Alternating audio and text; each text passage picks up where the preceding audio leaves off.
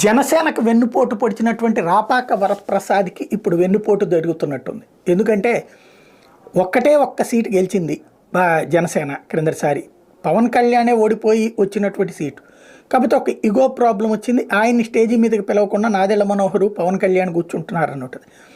ఆ ego problem అన్నటువంటిది peak స్టేజ్కి వెళ్ళి ఆ పైన అసెంబ్లీలో జగన్మోహన్ రెడ్డిని పొగట్టం, క్రమంగా గంగ చంద్రముగ్గా మారినట్టు రాపాక వైసీపీ నాయకుడు అయ్యారు, కార్యకర్త అయ్యారు. అయితే ఎలక్షన్స్ అప్పుడు వచ్చేటప్పటికి రాపాకకి రాజోలులో విజయం అసాధ్యమని వైసీపీ డిసైడ్ అయింది. అందుకే వైసీపీ తరఫున రాపాకకి అక్కడ టికెట్ ఇవ్వట్లేదు. గొల్లపల్లి సూర్యారావుని తీసుకొచ్చి రాజోల్లో పెట్టడానికి సిద్ధపడింది.